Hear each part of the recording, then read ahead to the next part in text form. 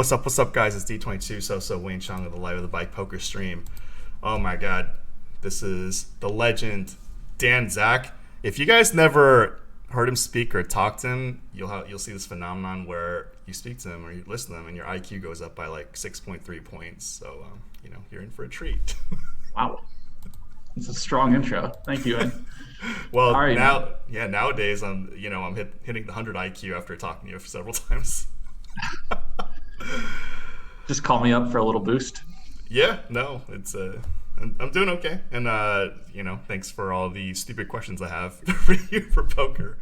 You've done a lot more studying in those games, and you won a bracelet last year. You were in the running for play of the year, and we had talked about it, and it wasn't worth your time, especially without like some sort of compensation for player of the year. Which I think David Baker brought out if there's monetary compensation for play of the year, it's more incentive for people to chase after it. Buddy of ours, Jesse Martin, said you used to be the best kept secret in poker, but now you're not a secret anymore. Yeah, he said that in whatever 2016 when I only existed in the living in commerce 24/7. It's been a while.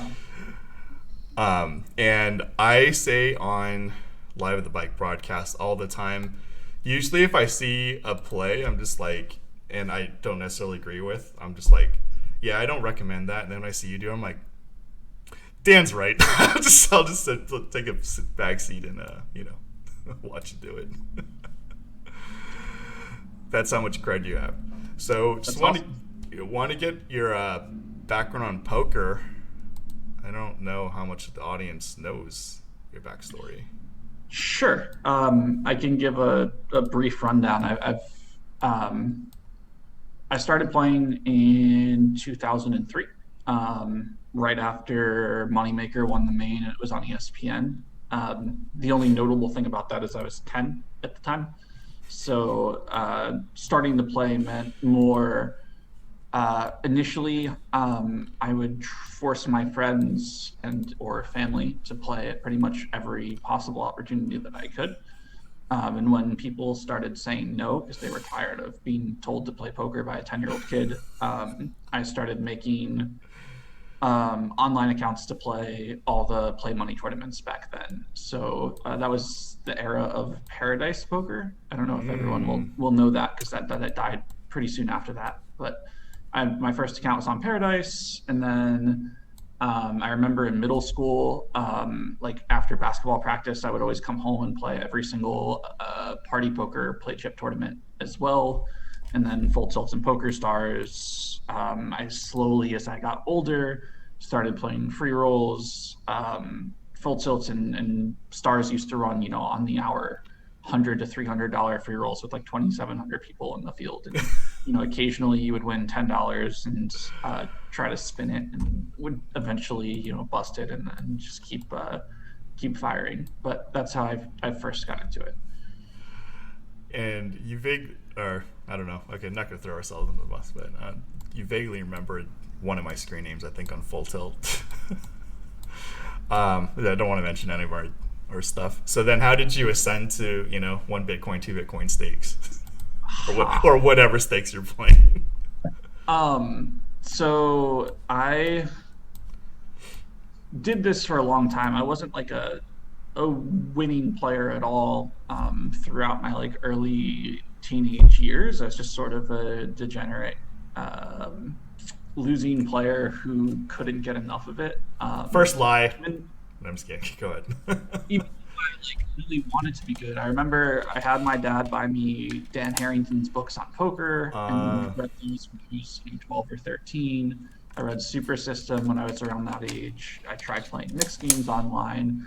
I may have actually had pretty early on a positive win rate just in terms of big blinds, but I was so wanting to just instantly be the guys that I was watching on TV on like high stakes poker that I was never playing games where I had more than 2 to 3 buy-ins for. I just had zero, bankroll discipline.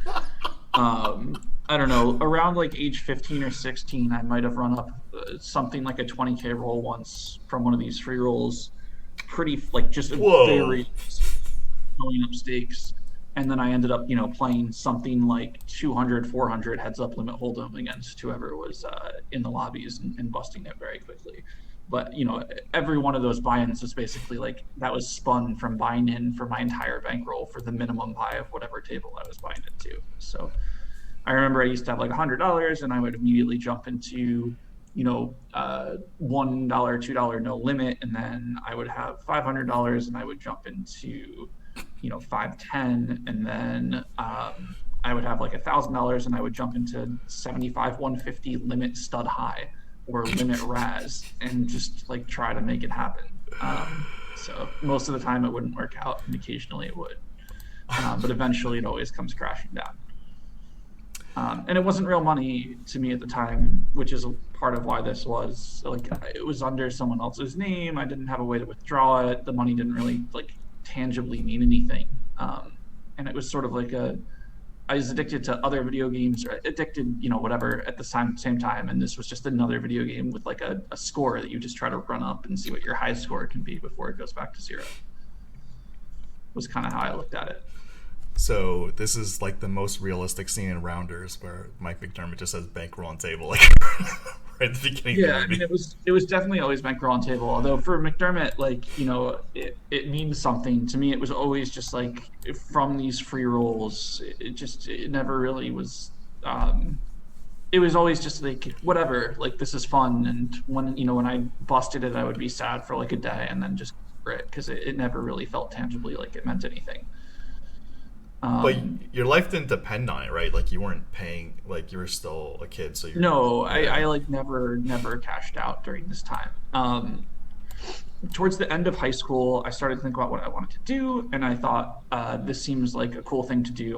Maybe this will be my career because I hate school. I don't want to go to college. And around that time was like the first time I started taking sort of bankroll seriously, and then instantly got hit with Black Friday. And so it was like, oh, I guess I won't play poker. I'll go to college and get a real job. And that was the last time I played poker for like 3 or 4 years following that. Wow. So I guess not 3, probably like 2.5 or 3 years. Still. So that happened my senior year of high school was Black Friday. And I attended college until I studied abroad in Germany.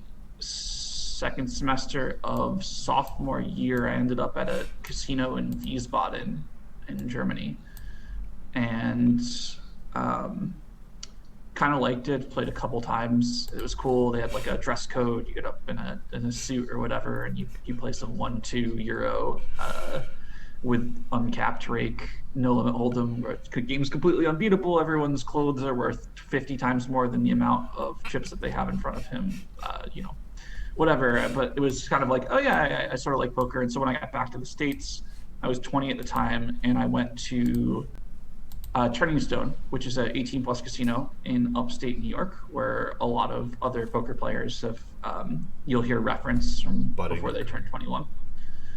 And I ended up bringing 2 friends from high school that had also like sort of done the same kind of messing around as me, and I had like $1,000, I think maybe like $1,500 that I went up with, and sort of was like, all right, I'll just like see if I can spin this, and if it not, like whatever, I'm just going back to school. It was like the summer following sophomore year of college, and I ended up spinning that 2K into like to get 6-figure roll over the course of that summer. So we went for 2 weeks, and I ended up staying for 2 months. And I just it was like impossible run good. I played 2-5 every day, and I was buying in for 500 and cashing out over 5K almost on a daily basis for 2 months straight. What year was this? It was about 2012. So 2012. Yeah, 12, should be the summer of 2012.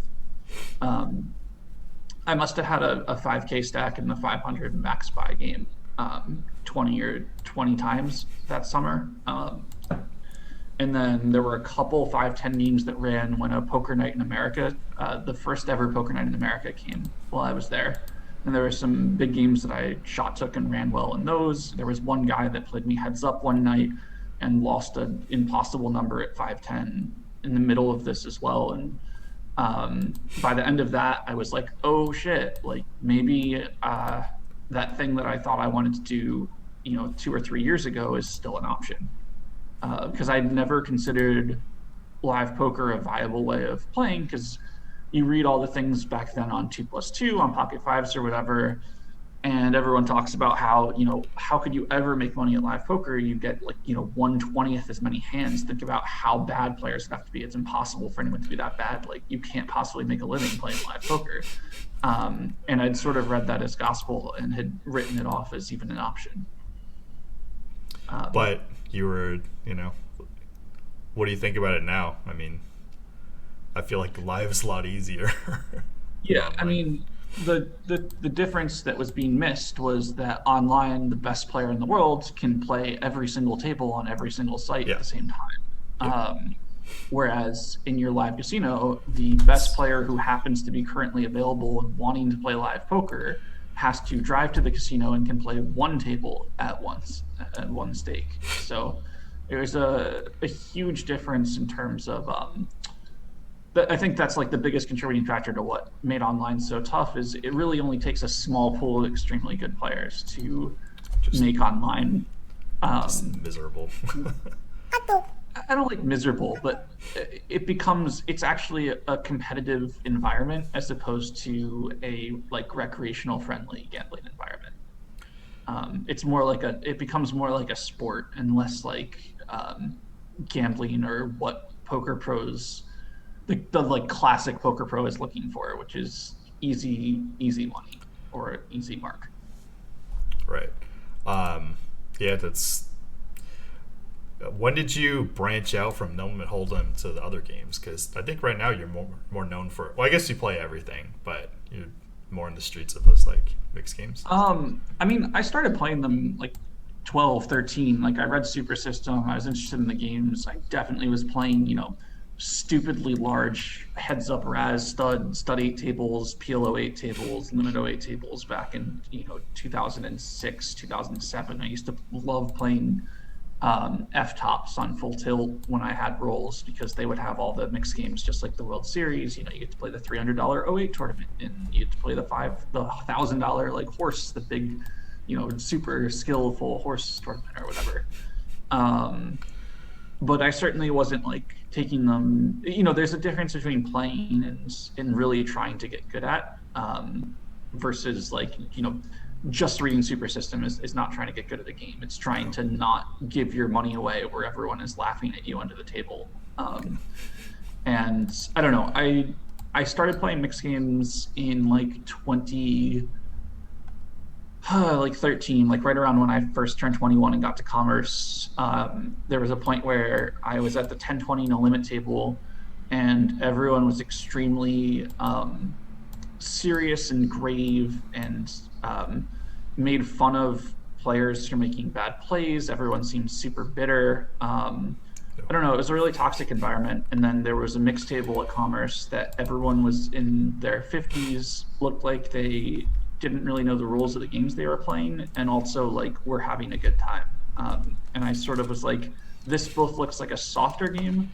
It's actually relatively high stakes, which I was surprised by. And this looks like a place where I won't want to quit doing this within a year or two.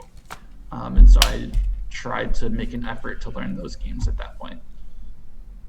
So, yeah, most of televised poker is No Limit Hold'em. It's almost like a cartoon version of what happens, with the high stakes, or even just like No Limit in general. Like, I feel like the environments for No Limit Hold'em are so toxic compared to other ones. I think it's gotten more competitive every passing day. But do you have any comments on the toxicity of that?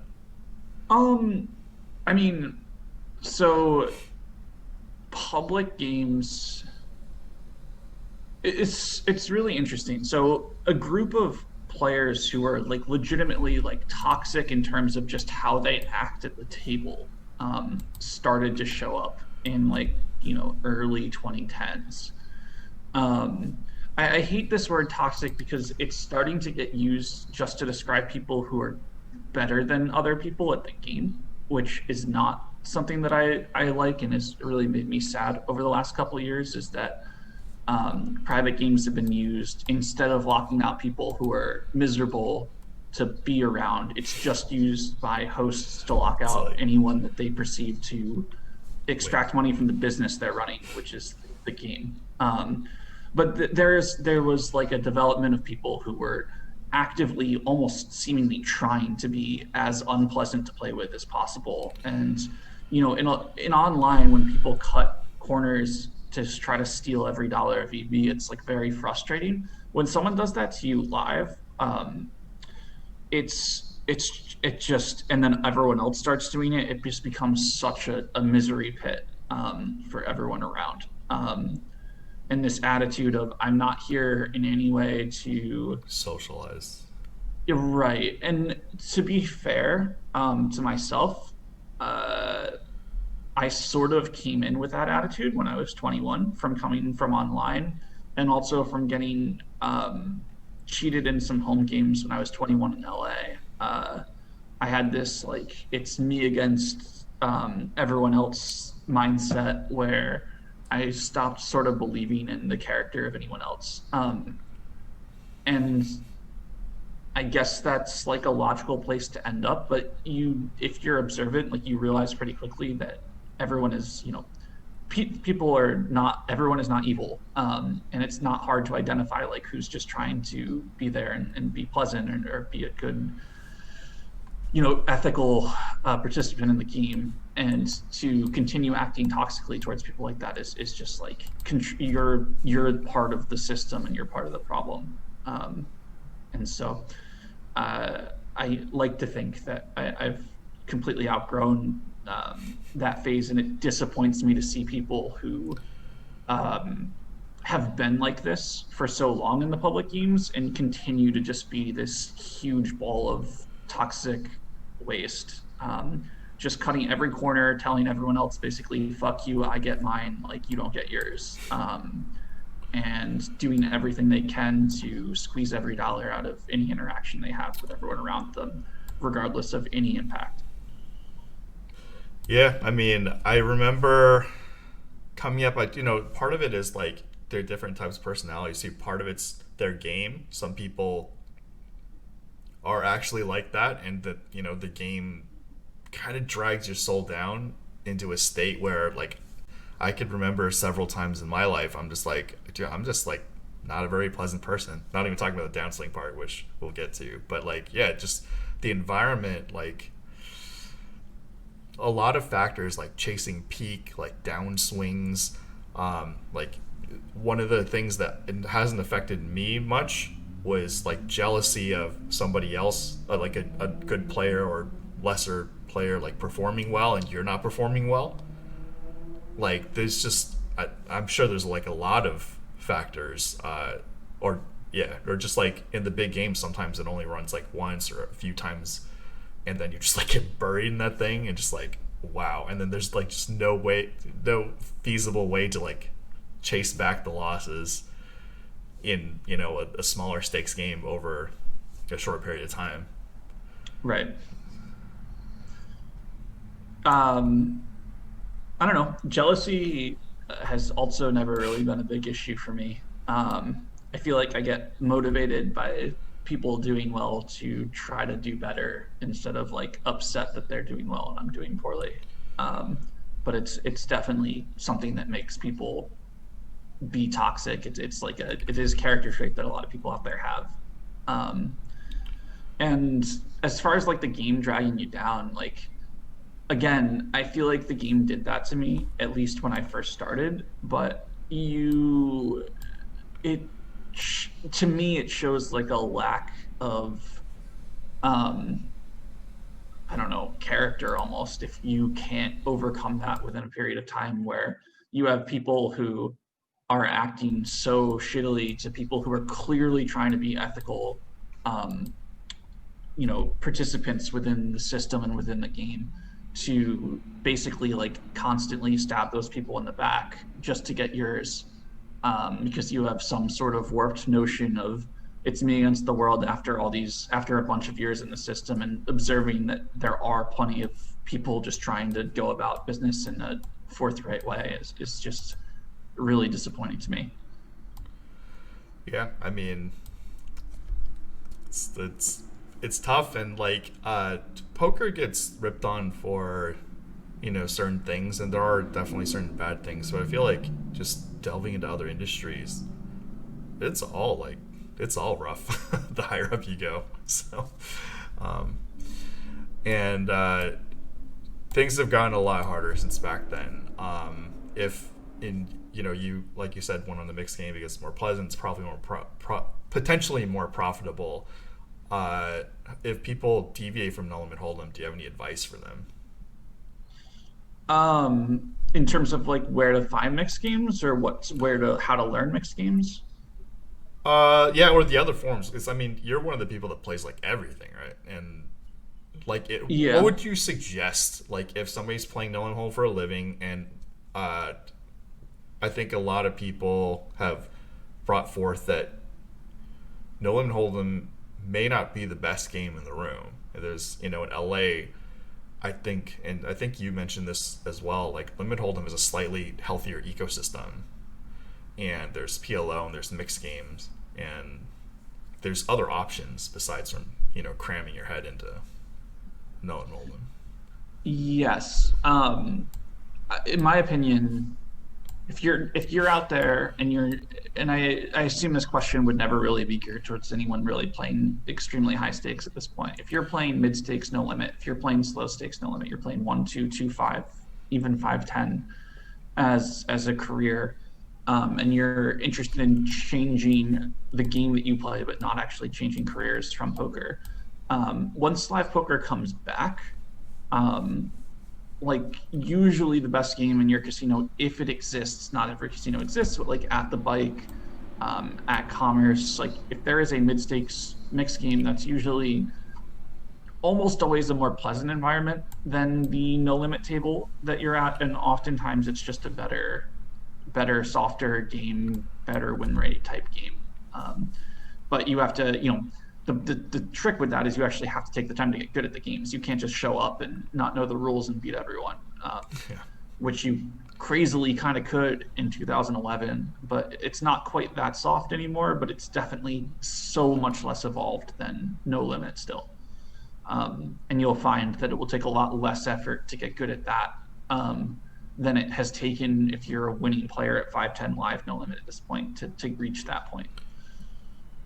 So what's the high stakes scene like now? Because like mentioned on television, you see basically just no limit hold'em. Whereas at least in LA, at least as of 5 years ago, it was pretty evenly split. Like PLO, mixed games, limit hold'em, no limit. There was a 1-2 and occasionally 2 4 7 card stud game that's now defunct, but that was an option too. I mean, it's all weird because of coronavirus and quarantine. So all these games have moved online, which has sort of spawned the privatization of games, where a lot of professional players have sort of shifted from trying to play professionally to try to cultivate rake professionally. And so they are working towards creating, private games where it seems like a lot of the focus has become the guy running the game either A, wants to be the best player in the game along with his friends, or B, wants to create a game where he might not even necessarily play, but he balances the skills of the players as evenly as he can, basically, protecting the fish by not allowing anyone that can win at a significant rate into the game, so that it generates more rake before the losing players lose enough money to quit. You like the best thing you can have as an operator, right, is for everyone to break even Yeah. in blinds, and you rake the maximum amount of rake from them before they give up. If you have someone beating someone else for 100 blinds for 100 hands, that person's barely going to rake any money before they just quit your system. Right. And with coronavirus, the mixed community and the high stakes community of any of these games isn't that large. And so you can more or less recruit globally from the pool and try to put together a club that meets one of those two criterias that you've set forth. And that's sort of become the high stakes scene during coronavirus. And so you sort of have a two-tiered system where you have these private games that are being run in one of those two fashions, or you have the public games that existed prior, which are obviously by 2020 mostly dead as a result of more or less very few losing players are not getting recruited out of public games into private games. So a lot of these guys that run private games will even show up in the public games occasionally with more or less the express intent of poaching players from the game into their games on the side. And so what you end up with is a pool of professionals who haven't been poached and are too good to be allowed into the private games that I mentioned that allow pros in who don't win too much effectively. It's, there's become this like two-tiered system view of pros that's not even always accurate, but that's how game runners are trying to run these private games. And so most of those guys also don't have a lot of heart to battle. And so the lobbies just end up completely withered and dead, more or less. And it's kind of a sad but seemingly inevitable feeling to how improvement in poker is headed, at least in terms of a live environment, in an online environment. Live will always be different just because you still have to fill the table with people who live locally and are willing to gamble at whatever stakes you're offering a game at. But online, you can just be so efficient globally that you can always have a full table with exactly the mix of people that you want. Yeah, were you doing anything live, or you just mainly were doing online even before quarantine? I was mostly playing online before quarantine. I moved back from LA when I was playing live at the bike like 2 years ago. Old school live at the bike. You're not old school because you're 2 years old. Yes. 2 years ago live at the bike. I moved back to New Jersey, and was definitely going to play live maybe once, sometimes twice a week. But was trying to spend, the problem out here, unlike LA, is that the games run on weekends. And my girlfriend works during the week, and I want to spend time with her during the weekends. And so I was often just trying to play whatever was available online during the week, work during weeks, and then, hang out during the weekend. There was one live game out here that runs on Tuesdays. So I was going to that one and then trying to play Monday through Friday with, just whatever was available. And sometimes would go in to Borgata on the weekends, but it was rare. Yeah, that's growing up, there's a lot of like real life stuff that you just can't do when you were younger. Like somebody was asking me during quarantine, since I'm doing so much here, they're like, "Oh, do you like this better? Are you not going to go back to the bike?" I'm like, "No, I used to be online with like everything I do. I like it better, but sometimes like, you have to enter the real world in order to potentially expand options." Or I mean, at some point in your life, you have to decide that maximizing hourly or EV is not the end all be all of life. yeah. I feel like a lot of poker players trace their roots back when they were 21 to when you learn poker. The strategy is almost rooted around within the game, like the best strategical decision is whatever the highest EV decision, and like a lot of poker players start to expand that thought out to all of their life and their decision making. And if you always take the decision that is the highest EV or hourly in the short term, like you will end up never sleeping or eating or spending time with anyone, and you will die of stroke at 30. Like you have to make healthy life choices at some point.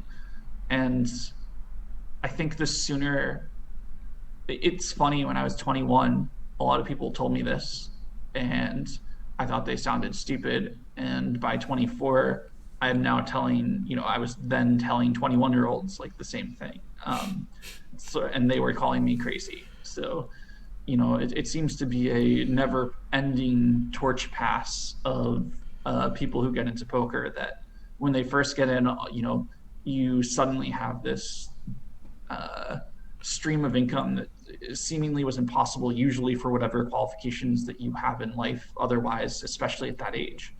Um, and then at some point you realize that the only goal in life is not just to smash that revenue stream as often as you possibly can, because you start to become, it starts to really take its toll on you. Yeah, one of the I guess phenomenon of public perception plus like what's actually going on. And I remember just back in when I was more competitive, there was a lot of ego with like win rates. Like you on poker table ratings or whatever on Hold'em Manager, you could see everybody's win rates, and that was like an ego thing. But in the real world, it's like so meaningless. It's like, yeah, it's just like it's weird that, and how do you even, and then when you see like, public poker figures, more TV players than grinders talk about poker, talk about win rates, and the public's like, adoring them, and then the grinders like, like you don't even play.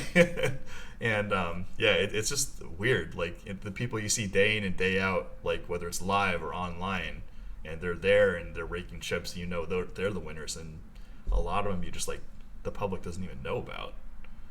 They're like the actual crushers. Very true. Although these days, skill is less important than networking, so it's sort of become a slightly different game, at least at any level other than extremely, extremely the top. Like the guys that hold public lobbies, and the amount of work that takes is extraordinary. And big tip of the cap to those guys. Yeah. Outside of, if you can reach that level, it's become all these things. Your win rate is more determined these days by who you play with than anything else. We've talked about this, and you've been, again, a very heavy help in the second. Well, it was the worst live downswing hand wise in my life, and you have a lot of comments on it, and I think your advice is just like so great. Handling downswings. I think a lot of it's like there's this balance of when you go into downswing, you have this like self-doubt.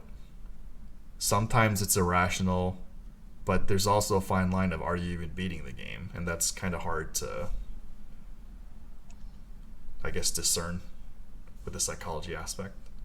Sure. Yeah, I mean, I remember when you went through yours, and you were losing your mind entirely. I was so negative, and I felt really bad. But like, that was the worst I've ever been as a human being, poker player. Like how I acted during that downswing. And Right. Yeah. Well, my advice to people always is, first, like, breathe and relax, and like realize that there's a lot more in life going on, and you have whatever to be thankful for, and you're lucky that your biggest problem is that you're losing in a card game, that you play professionally. In the case of downswings for poker professionals, like, what a fucking amazing problem to have as the biggest problem going on in your life. The second thing is always to ask, like, what you said, are you confident you're a winner? Like, have you played this game for a long time? Like, do you have a sample that backs up sort of a confidence barrier? Or is this like, did you just transition from no limit to mixed games and you just went on the biggest downswing of your life? Like, you probably aren't very good at mixed games. Like, either you need to go back to whatever you used to do, or you need to spend more time studying and less time playing, or whatever. But if you do add that sample, it's like, it sucks. You've hit the point where, like, luck isn't on your side, and we all talk about these variance charts and what standard deviations for poker look like, and they can be brutal. Like, if you run in the bottom X%, um, it's really really tough. And 1 out of 100 people is currently going through a bottom 1 percentile downswing. Like, it's in bottom 1 percentile of like a 20,000 hand sample is really, really, really brutal, no matter how good you are. There's I don't know if you know who Nick Frame is, TC from UB. He was a well-known heads up no limit player back in like 2010, and around the time Doug was considered the best heads up no limit player. Nick was top 5 at the time. Anyway, he's still around. He's been posting graphs for the last couple of years of him playing on ACR PLO games where he has run like 500K below EV in all-ins, where that's literally just like when you get the money in, it records if the pot were chopped exactly according to how much equity you have. So let's say you get it in for 20K each, so it's a 40K pot. You get it in and you have exactly 50%. So that 40K pot, you're entitled to 20K of that pot, but you're either going to net 40K or 0 from that outcome. And so the all-in EV line would record you have a 20K EV, but then either your result would be minus 20K or plus 20K from that point, because you either win the whole pot, which is plus 20K from that point, or lose the whole pot, which is minus 20K relative to that point. He ran $500,000 under that for, a year and a half, and he ran the numbers, and it was like, yes, this is not like impossible. I'm running in the bottom, 3% of outcomes over the amount of hands that I'm playing. And yes, it has an all event against one account that might be super using. Yes, I have friends on the site that are winning pretty big in the exact same games. So like, I trust the software. It's just, holy cow, when you run in the bottom, single digit percentile over a significant sample, it's just super gruesome. And you can be miserable and woe is me about it. Or one thing Nick does is he has a lot of other things he does in life that give him meaning and purpose and goals to hit and things to check in terms of progress. And so even when things are going so unlucky for him in poker, he can point to a lot of things in his life moving in the right direction. And also he trusts his process and his system within the poker. He's looking at the actual way the money's going in. And he's like, all right, like, I'm playing well. I'm getting really unlucky. It's just a really shitty way for a year to go, but I'm still making, good decisions. It's going to work out in the long run. And while it's not working out, I'm still keeping my life together with all these other things that matter to me. And that's really the way that if you want to be someone who is capable of pushing through without putting your life on hold, times like this, that's what you want to strive to be. Yeah, like, one of the narratives I have would be like, wait, these are first world country problems. Like, you'll be fine, you're getting paid, you have other things going on, like you said. But it just like, and I've seen graphs like of people, just players like much better than me, they're just like boom, and I'm just like, oh my god. Like, in my live downswing, I know, because I had a lot of experience online, I ran worse online, like, graph wise, and just like it really was one of the biggest wake up calls in my life for poker, because I already, I'm not the most responsible, but I'm definitely not even close to irresponsible when it comes to poker. So I was like, okay, wake up call, like, do you want to battle for every fraction of EV or live life responsibly? So Yeah. That's like, and that's where, when I was complaining, like, you, like JJ and some of the other house players on my network, and I realized too, like, the older you get, you just can't be doing these things anymore. When you're in your 20s or even your earlier 30s, like, and you have a network, you kind of like vent to each other. When you get older, like, people got their own damn problems, and it's that part factors into, at least my decision of just like, yeah, gotta reduce this as little as possible, and can't rely on people to be able to, vent to, which is, in my opinion, very important to getting back into like the swing of it. and playing your best, you know, your best if not higher end game. Yeah. Let's see, we're covered. What do you have any thoughts of like people going pro at poker today, whether they should or not? Um, I would say at this point, you should not leave a. It's very relative to your circumstances and your disposition. So, like, there were a lot of guys that got into poker earlier than me. I would say it was more common who were on a path where they could have been, significant guys at a hedge fund or, um, you know, uh, doctors from top tier medical schools or lawyers from top tier law schools that were going to end up in law firms. And they decided that like the better monetary decision for them was to play poker. And I do not think that is the case at this point. You are very, very unlikely to be making the right monetary decision if you are on a safe track for a significantly paying job. Um, if you are a talented poker player who is not on that type of track, you've been struggling or failing in high school, but like you have this, it's partially because of this passion of yours. There's definitely, at least assuming we're ever allowed to play live poker again, there's definitely still a path where you might be making the right decision from that point. But I would warn everyone, and I feel this becomes more important every year, that the only reason at this point to pursue poker professionally is if you truly actually enjoy it and it is the like I would have to say it is the number one passion for you in life. Like you just fucking love poker. Um, there are so many people that are stuck in poker at this point that got into it not because it was their number one passion, but because it was easy money for them at the time that they got into it. And they are sort of buried into poker at this point where they don't really see a way to exit poker and find a job that pays them enough money to continue sustaining whatever level of livelihood they have. And they are miserable because they're stuck in poker doing something that they don't want to be doing. And they feel like they actively hate their job. They're making less than they were making the previous year almost every single year. And,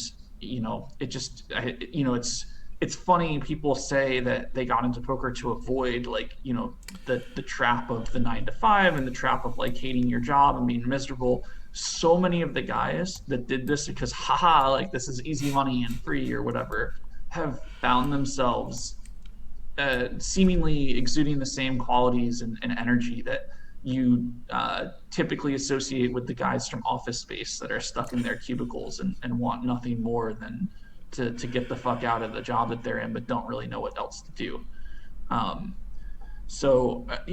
That's the only way I would recommend to anyone is don't leave a significantly safe and clear path, and also only do it if it is 100% your number one passion that you are like, it is what you live, sleep, and breathe. Like that's what it has to be to make this a smart choice in 2020.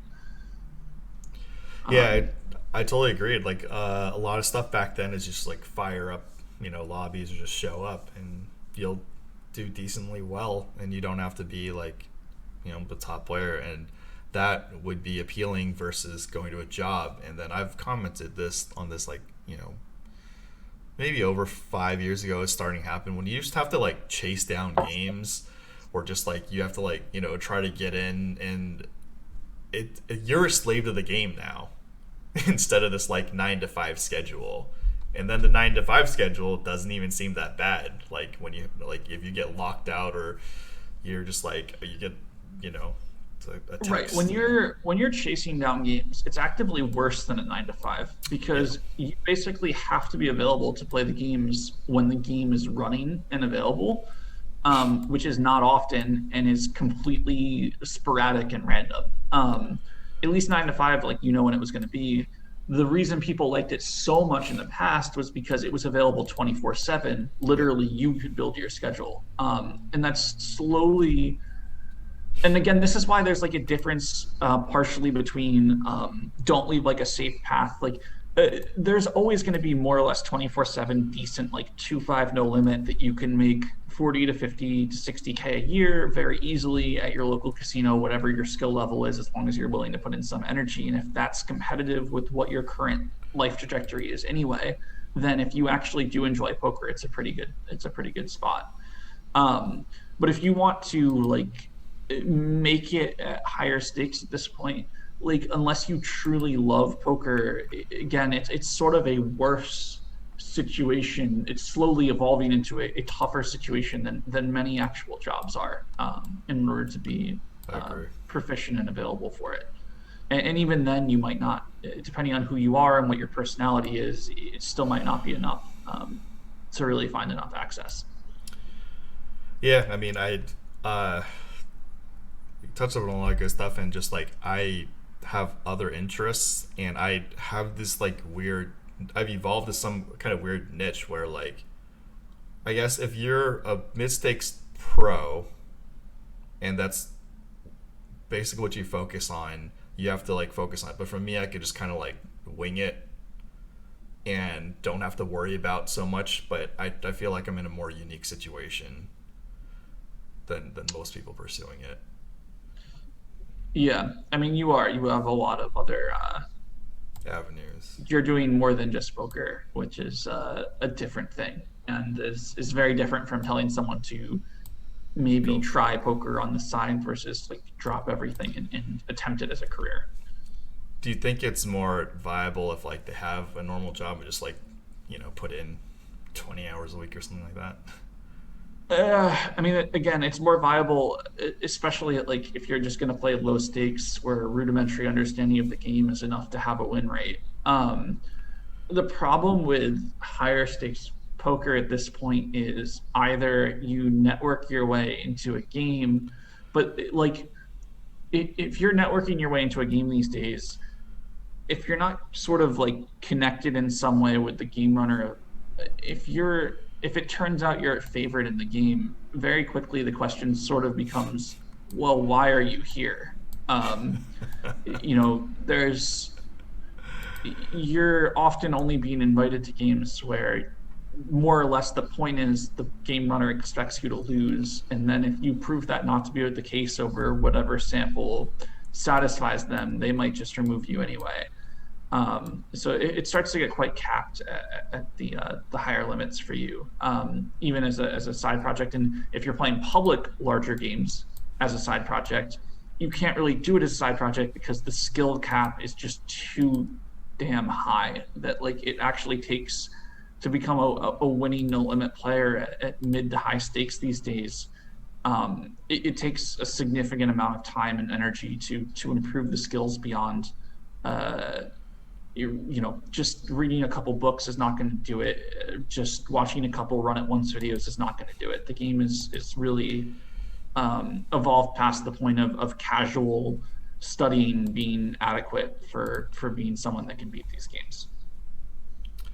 Yeah, do you I guess you covered a lot of that. Like, what do you think the future of the poker world is then?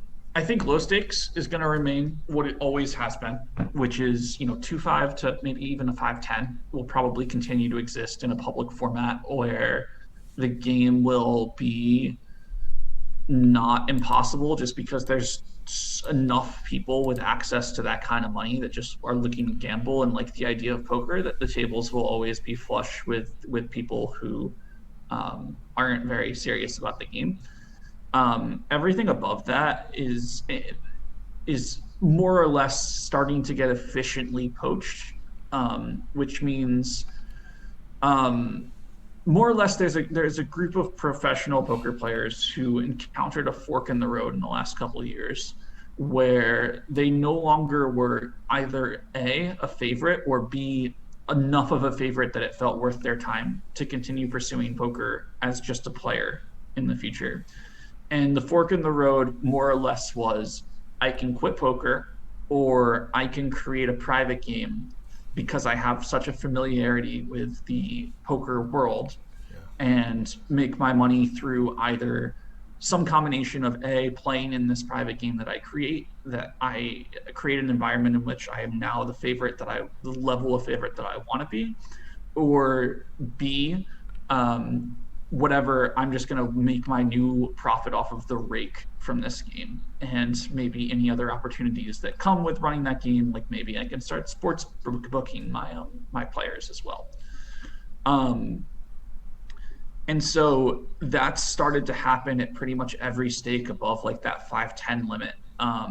And so there will still be poker, but it will be behind closed doors. It'll be in these private environments where you as a player won't really be able to access the games unless there's a reason. And that reason is either, the most common one is they assume you will lose money in the game and they let you in, and they either take your money or they realize that you're a favorite in the game and you are removed from the game. Or B, the other way to get in would be having some connection with the person running the game. They have to have some. If you're a winning player, they have to have some reason for you to be there. And this is a good question to always ask yourself when getting invited to games like this: is why am I being invited? A lesson that I learned at 21, I referenced earlier in this interview. I got cheated out of a lot of money when I was 21, getting invited to an NBA player's house to play, very high stakes poker games when I was someone who clearly looked like they knew what they were doing, was winning in the public games. And like, they were like, oh, just come play this, super high stakes game. It's at this like famous guy's house. Like, it'll be great. Like, and the question I needed to ask myself then, that people probably should be asking themselves now, is, why are you inviting me? Because as the person who has control of access to these games, like, usually they're trying to extract as much money from the game as possible. And if they're inviting you and you think you're a favorite and will be extracting money from the game, they must not think that, otherwise it wouldn't really make a lot of sense. Right. um, one of the or sorry, when you watch younger players, then I saw you were involved with like, or you did stuff with like Matthew Vaughn and Landon Tice, and you're like super nice about, helping the younger generation. Do you think there are some predominant pitfalls that they have, like in the learning process or their journey? No. Learning process, like, I mean, guys that are 21 are almost always naive. It takes getting stiffed or cheated in some situations to sort of grow a radar for things that you need to avoid. And you always hope that the way people get stiffed or cheated is in a way that they can financially recover from, because it's something that will. It's almost impossible to find a poker player in the higher stakes community that isn't actively owed money by someone for multiple years. The only question is, how big is your number? Negreanu often references he has an 8-figure number running with active debts, and it's an accomplishment if you're playing relatively high stakes and your number is 5 figures in terms of lifetime stiffs and debts. Mine's still So 5. guys like that are usually susceptible to stuff like that. But I mean, the newer generation is usually just more open to the idea that the game can't be fully felt out. And so a lot of these guys, they're not, solver bots that are just, looking at PioSolver and just trying to implement exactly PioSolver's strategy into their game.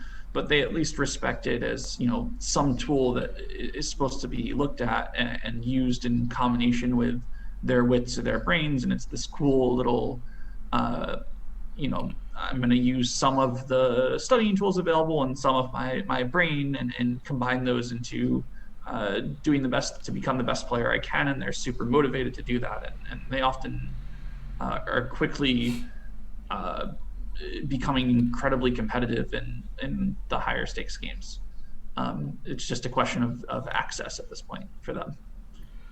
I see something with the kids growing up that wasn't really there, I guess, when I was coming up was there's so much information in the game. People just digest all this, and if they have a superior knowledge base to their opponents, they can have this entitlement, and then they don't realize that a lot of the emotional control and stability is probably more important. And maybe like toning down their entitlement, I think. Yeah, I don't feel like they're often entitled.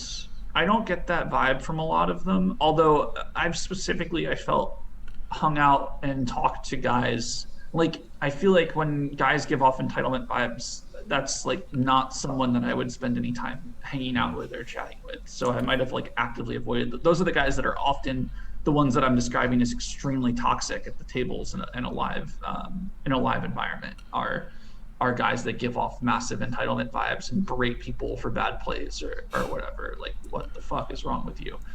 That hasn't been my experience, but I agree that's definitely a big issue. The one that you did reference though, which is like discipline issues being super important. A lot of those guys do lack that. I always tell people you won't actually know if you can succeed as a poker professional. This is one of the biggest problems with leaving any sort of career path to try to pursue poker is you will not know if you can succeed as a poker pro until you undergo a significant downswing. Like until that happens to you, you have no idea if you are emotionally equipped to do this. There are just so many incredibly smart people that cannot go on a sustained downswing without losing their mind and either losing it in a way where they just throw away their money playing terribly or start gambling on sports really dumbly or chasing their losses by playing stakes they can't afford, or there's losing their mind by simply saying like, fuck it, I can't do this, I quit. Like those are the two ways that people often react. And I feel like over 50% of humans that try to do this, significantly over 50% of humans that try to do this, fall into one of those two camps and just are not actually equipped to do this as a full-time gig. So it is live at the bike. So do you have any Garrett stories? Garrett stories. I don't know. The audience just loves Garrett stories, so. Yeah, I don't know that I do. Like, I've played so many interesting pots with him on this show, but we've spent, very little time away from the table. I mean, Garrett's always like okay, so I guess I have a Garrett story. Garrett and Tan. I don't know if you remember Tan. I don't know if he plays on the show much anymore. Not so much, but he and I talk. Okay. So speaking of like discipline issues and whatnot, Garrett very much rolled to do what I'm about to describe and just enjoys zero edge gambling, which is something that I also personally enjoy quite a bit. But it means just like he enjoys just like pure flips, like let's flip a coin for X number of dollars.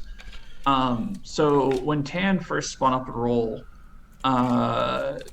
Garrett and Tan started doing flips at Commerce that I think started in like the low 5-figure range, but quickly evolved to the point where I think I remember them literally walking around the casino in like a frenzy trying to find the next flop. So like just whatever table at Commerce, there's 40 tables running, whatever one is like still pre-flop and it's about to deal flop so that they can bet red black on that flop for 20, 30, 40, 50K a flop, and then they would just keep track of their figure and then just move to the next table that they could find with one of these going. So that was one of the crazier things that I've witnessed was Tan and Garrett just like jogging around Commerce and like, oh, like there's a table over here, come quick. Like they haven't dealt the flop yet, and everyone like looks back, they're playing their like 2-5 no limit game and they're like, what the fuck is this? And the flop comes red and Garrett's like, yes, like you owe me 50, and everyone's just like $50, and Garrett doesn't answer them, but it's just absolutely absurd type gambling. Another good Garrett story is Garrett when he first got to LA. For Live at the Bike viewers, I don't know how attentive everyone is, but Garrett has definitely tightened pre-flop and calmed down over the years from when he first started playing live at the bike. I think he's gone from VPIPing, 50% a show to something like in the mid-20s a show. And when Garrett was at Commerce before he ever played live at the bike, it was even crazier than it was when he first started playing live at the bike. Like, it's all been a progression. He was I think a big part of the reason is he was a big heads up player online before he started playing live. But he did very well in the Commerce 10-20 games for a long time, and sort of built that style of his that he's had to tone down since. As a result of those 10-20 games, he correctly identified that a lot of the Commerce regs at 10-20 used to like to more or less flex on each other by buying in for amounts of money that were silly, but they weren't actually like there to gamble with it. But of course, it's still no limit. But they were like, oh, like this money will literally never get in. Like, how could this amount of money get in? Like, no one would play like crazy enough bet sizes to put this amount of money in. So these guys, like, they're buying in for 12 to 15K at 10-20 while having, 80K to their name or whatever. So they can't really afford to lose the money. And there used to be pots where, Garrett would open and these regs would 3-bet him. And he would 4-bet and they would 5-bet. And by the 5-bet, it would be like to, 1,500 or 2K. And it's like they have aces. And Garrett will call. And my favorite hand ever of one of these is the flop comes like Queen 8-3 Rainbow. And the reg C bets, it's like a 4K pot, and the reg C bets like 14 or 1,500, and Garrett moves all in on the flop. And the reg tanks for ages, and folds. And Garrett turns over 10-5 offsuit. So he 4-bet him, called the 5-bet, and then check jammed the flop with 10-5 on Queen 8-3 Rainbow, because it's just like a giant, like, I know that you can't lose that money, and I know your hand is aces, and I know you can't call with aces. So here it is, like, here's all of it. I'm trying to think of some more. The first time I ever met Garrett, I was 21. I was in the 10-20 no limit game. Garrett comes in, like close to blackout drunk, in my opinion at the time, sits down, requests from the chip runner 100K in chips for 10-20. The biggest stack at the table is, I don't know, it's like 6K. He buys in for 100K. So he gets a stack of pinks. He gets 90K in pinks and like 10K in gold and white and teal or whatever. He like cold 4-bets me the first hand, and then shows a 2, and then challenges me to heads up. And I was like, okay. And at the time, like, again, this was like when I was 21, I was in like the process of spinning, and this was like going to be he was like, oh, but we have to play big. And I was like, and again, like, I still have this at 21, I still had this attitude of, let's take shots or whatever. And it's, I can gamble, I can always go back to school if this doesn't work out. I probably had a roll at the time of 150 to 200K. And he wants to play 100, 200 heads up. And I was like, this seems like a great spot. Like, let's do it. And so we buy in, and I buy in for 20K. And Garrett goes from like seemingly like blackout drunk to like in his entire element. He orders like his like super healthy salad and has like a bowl of blueberries bought. And I'll never forget the last hand. I like 3-bet King 5 suited, and he called, and the flop came like some dry King high board, and I c-bet, and he jammed the flop. I don't know, it was like, King 10 5 or King 10 4 two-tone, and I have King 5, and I c-bet the flop, and he jams, and I was just like thinking forever, because like I'm pretty sure it's a theory call, but it's just too much money for me. And Garrett like slowly reclines and is just like popping blueberries into his mouth. And I eventually call, and I ask him if he wants to run it twice, and he says no. And it runs out, and then he just turns over King Queen, and I was just like, all right, man, you win. I just can't do this anymore. and I was like sort of stunned. And I remember I actually sat at the table for like another 10 minutes, kind of like processing that I just lost 20K when I had like come into the casino to just like mess around in a 10-20 game. And Garrett's just like calmly eating his like healthy salad and blueberries. And I was just like, fuck this guy. Like, this guy just like totally ruined my night or whatever. And that was the first time I ever met Garrett. So different impressions from him over time, but that was a funny first meeting. And the crazy thing was, as black out as I thought he was, like 3 or 4 years later, he remembered the hand that he stacked me on, regardless of how nonchalant and not carried he seemed about the whole situation at the time. So he's sharp. He's for sure much sharper than a lot of people, at least prior to Live at the Bike being a thing, gave him credit for.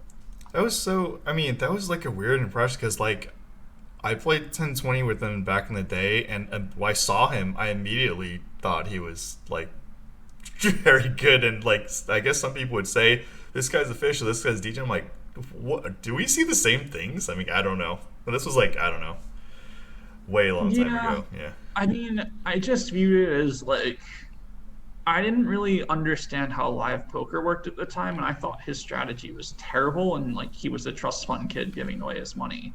And I didn't understand that like bullying people because they're legitimately scared to lose the money in front of them was like a real thing. Whereas like I came from online, and like I personally, when I play, am like, I very rarely feel in any way affected by like anything other than like how can I play the best right now. Like I'm here to fucking play poker and like play my best. I'm not here to like be nervous and scared when someone bets big because this is too much money for me. And even when I do feel like that, I will literally take the time to filter out that thought and get back to just doing it as a game instead of money. Yeah. And I like, when I first started playing with him was so early in playing live poker that I just initially wrote off what he was doing as like stupid and dumb and spewy, and like this guy must just have like a huge trust. So yeah, I was like, I watched him back then and just had a little intuition, but just like watching him over the years, I'm just like, wow, he does so many things that I never did, that I just like, yeah, I really question myself on like a lot of things.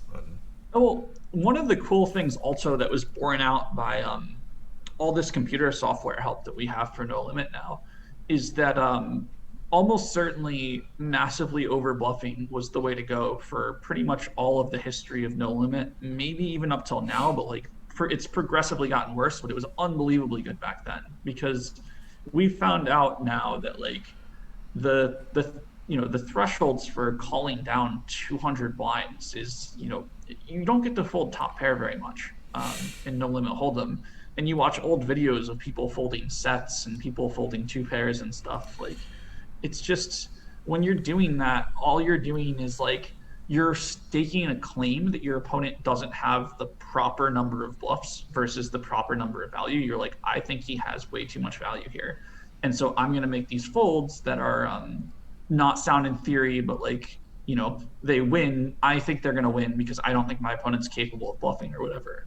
And what Garrett was doing was, even though people thought they were like hero calling him enough, they weren't even calling close to the amount that like a computer would call against it. And so like it was just printing money back then to just go completely apeshit, which is sort of what he did.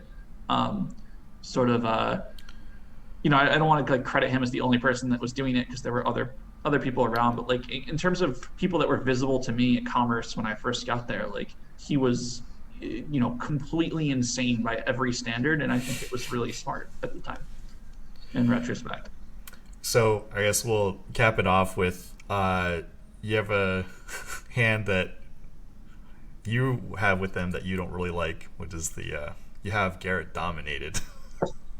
Ace King, Ace Queen. Yeah. Yeah, that was a painful one. As one of the biggest pots I've ever lost. Not number one, but definitely like top five or so. So that was the hand where I 3-bet Ace King. I believe I squeezed Ace King. So I think Garrett opens Ace Queen in the cutoff. I think Jackie calls either in the button or the small blind. I think button. I squeeze from the big blind with ace king. Garrett calls with ace queen. Jackie folds. Flop was ace queen 7 with 2 clubs. Ace queen 6 with 2 clubs. Yeah, it was low. No. It might have been ace queen 9. I think it was ace queen 9. I think Jack 10 was an open ender. I'm gonna pull it up right now, but yeah, go ahead. I'm almost positive I remember Jack 10 being an open ender. I could be wrong though. I definitely could be wrong. I'm like not the best with these hands from memory. No, I've got it pulled up, so don't worry. Okay, let me know what the flop was before we continue.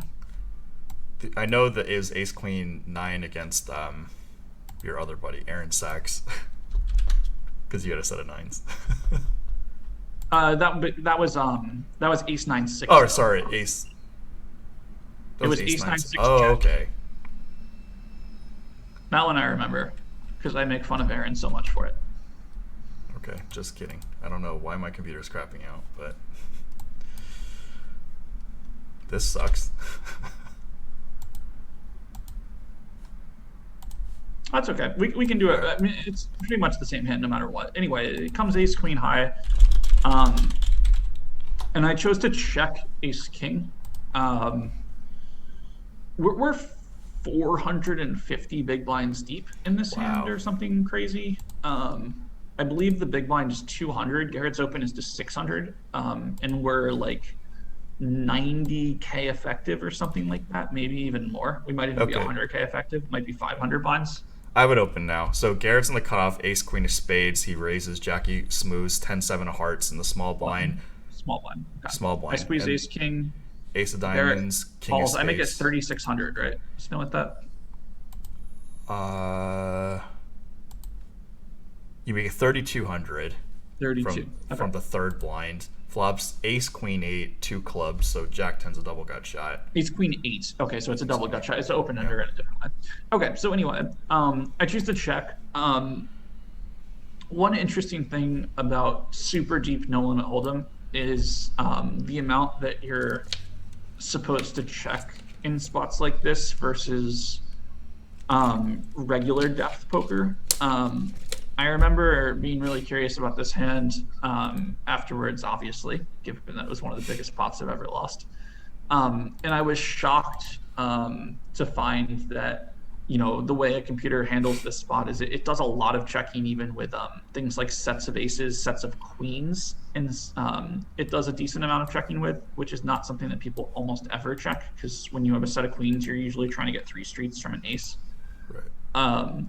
But the reason that it does a lot of checking with these strong hands, it also checks ace queen a lot, is because of exactly how this hand played out. And part of the reason that I called with ace king on the river was that I wasn't giving myself credit for having enough of these trap checks on the flop. And so I was placing myself somewhat higher within my range than apparently I'm supposed to be, according to a dumb computer. So ace queen 8, I check. Garrett pots it. I call. The turn is like a brick. It's like a 6. 3 of diamonds.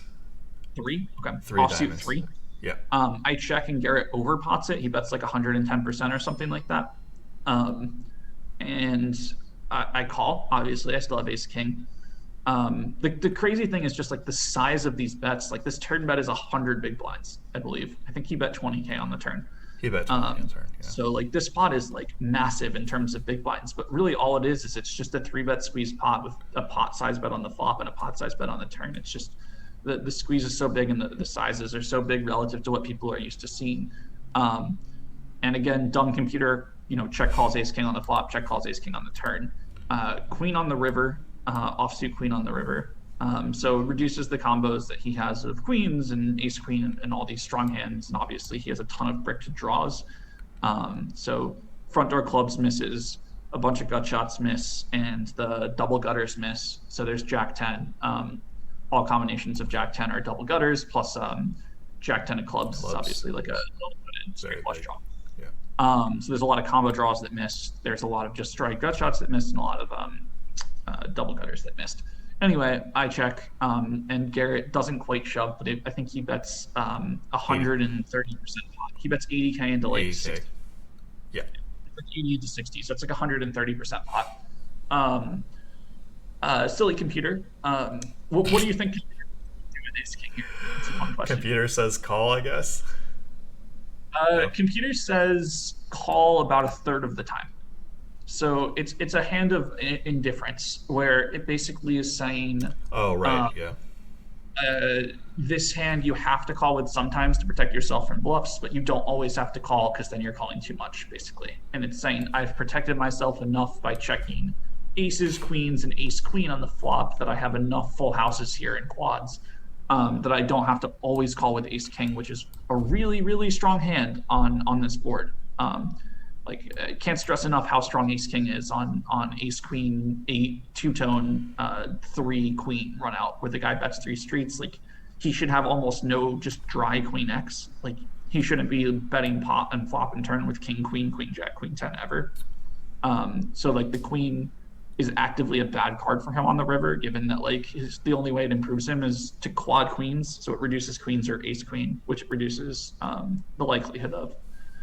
Anyway, so it basically says I check queens and aces and ace queen enough on the flop, and that like ace king is sort of like a whatever hand. In game, I decided I was going to call, um, because I didn't have a club in my hand. Although, again, silly computer actually doesn't really care if it has a club or not. It's sort of indifferent towards its suits of the king. Um, but yeah, crazy, really, really crazy pot just because how fucking big the game is. This is a 80K river bet. We're playing particularly large, and I don't usually play that deep either.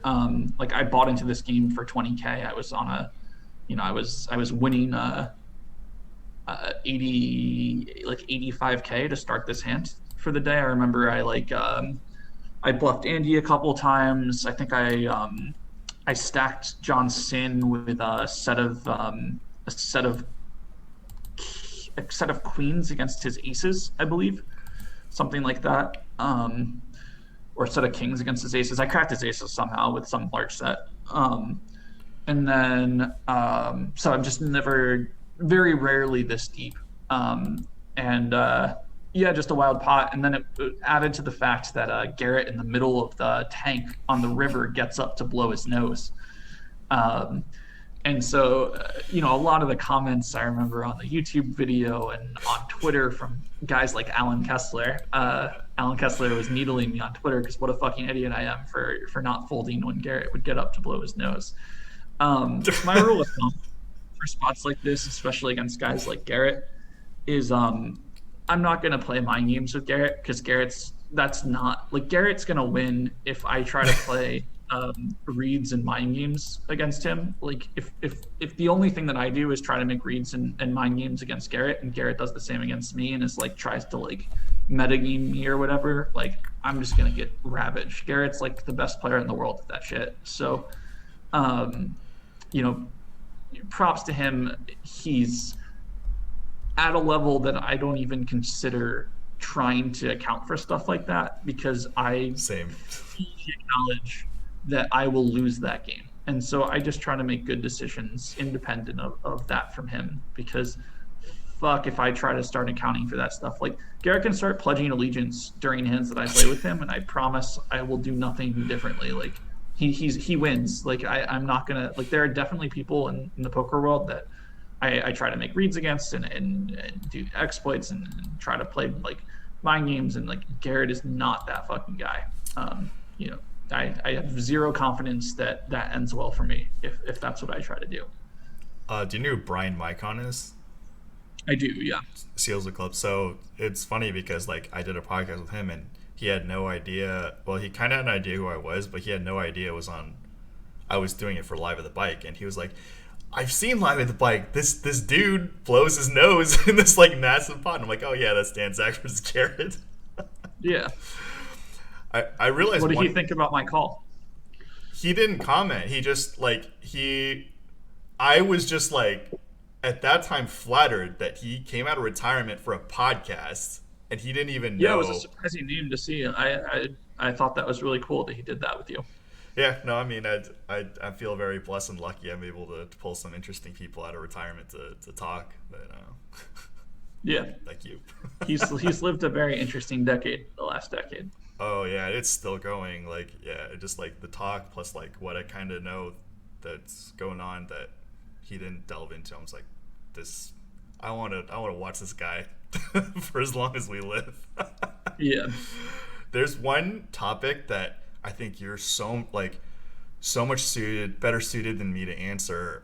There's always this thing of big bet games, especially no limit hold'em, is like there's a lot of bluffing, and people say there's like no bluffing in fixed structures, which is obviously not true. I don't want to get like I respect like all the games, but like I don't know how to like handle that question because I'm definitely not the emotional type to be like, no, there's definitely so. I mean, I can answer with just like a very simple math explanation, if that helps.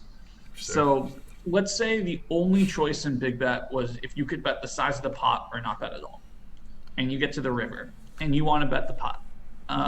So if you're going to bet the pot, you're risking 1 to win 1. Oh yeah, 1 to 1. Yeah. Right. So if it works half the time, that makes bluffs profitable. The other thing is if your opponent's calling, they're risking 1 to win 2. Yeah. So they need to win 1/3 of the time. Right? So if they call and they lose 1. They call and they lose 2 now net. They call and they win 2. They break even. So their bluff catchers need to be good 1 out of 3 times, which means you need to have 2 value hands for every bluff that you have in order to make their bluff catchers what's known as indifferent. That means you need to be bluffing quite a bit because you need 1 bluff for every 2 times that you value bet if you're betting pot. Now, let's say the game is limit and there's 9 chips in the pot and you're only able to bet 1. So you're risking 1 to win 9 on your bluff, and they're risking 1 to win 10 on their bluff catch. So they only have to be good 10% of the time to justify a bluff catch, which means that you need a ratio of 9 value hands to 1 bluff in order to bluff. So you're just supposed to bluff less in a ratio to your value hands. The thing that people often miss, and a lot of even professionals still at this point, one of the biggest mistakes they make in limit games is they don't value bet thin enough, which also allows you to have more bluffs.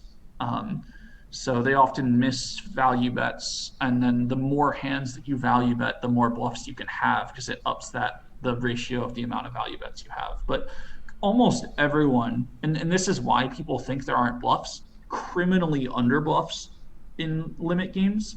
And it's because of this, the idea of a negative reinforcement is so strong in poker that people have forgotten just how math works. So like when you bluff 1 chip into 9 chips, it only has to work 1 out of 10 times to be profitable. And when something's 10%, you could easily have it not work 30 times in a row, and it still might be 11%, right? Like an 11% outcome can easily go 0 for 30. But try telling a human to bluff that 1 chip the 31st time after it's failed 30 times in a row, and people are just like, no, fuck you, I'm going to save this chip. This is just lighting this money on fire. And they sort of lose they lose the big picture. And they just start to, it's like an emotionally difficult thing to do when it works so infrequently. The other thing a lot of people do wrong in limit games is they don't bluff catch enough, because also criminally negative reinforcement happens where most people are either under bluffing, or even if they're bluffing the right amount, 9 times out of 10, when you call that river bet, you lose. They show you a value hand and you're like, fuck this, I'm going to save this chip instead of paying off this bet on the river because I've called 30 times in a row and they've had it 30 times in a row. Why the fuck would I call the 31st time? I don't want to just give them money for free. And again, it just loses like the big picture of like how these games operate. Humans really struggle to deal with odds above and below 90 and 10% type outcomes. with risk reward, and where you push, these small differences really add up over time, but it just feels so dumb in the course of real time that you convince yourself that what you know is right is wrong, and you do the thing that gives you more emotional reward. Like people would rather just be right, and make a good fold a lot of the time, even if the math doesn't work out in the long term for them. Yeah, there's a guy we know, Matt Smaz. Like he's done some pretty good thin laydowns against me, which I get really upset about because he knows I'm capable of just about anything. So it's really frustrating. Yes, Smaz made some really big folds. I made a final table at the World Series with him that was streamed. It was the 10K limit hold'em, and he made some really big folds there too. Um, and look, Smaz is a really great player who's had a lot of success over his career.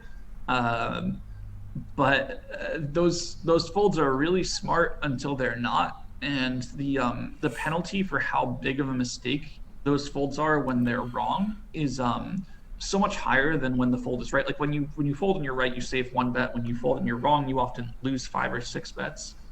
Um, but again, Smaz is really good, and Yeah. oftentimes when he's folding, it's because he's right. The other person is under bluffing the spot, and that's what makes him such a good player. Is he can identify um, mistakes other people are making and adjust accordingly, which is what ultimately poker is, right? And that's what makes Matt a good poker player.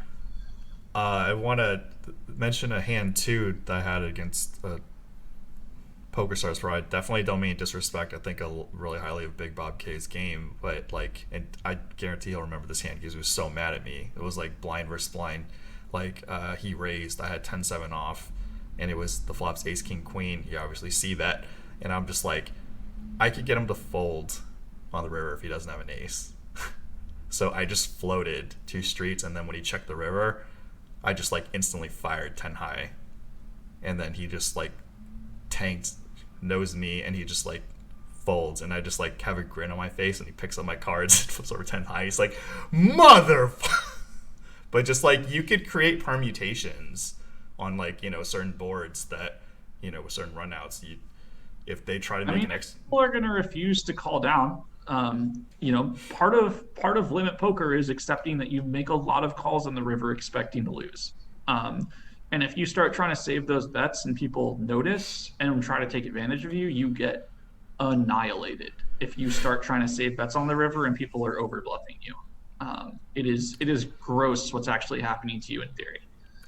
I just Um, I don't blame him for the fold. I just like it's one of those things, and I've done stuff on like Jaeger too. It's incredibly good. It's just I can't.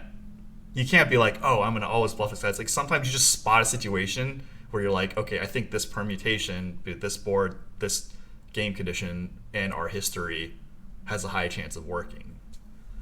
And yeah, just I mean that's ultimately like poker in the streets, right? yeah. Do you have any?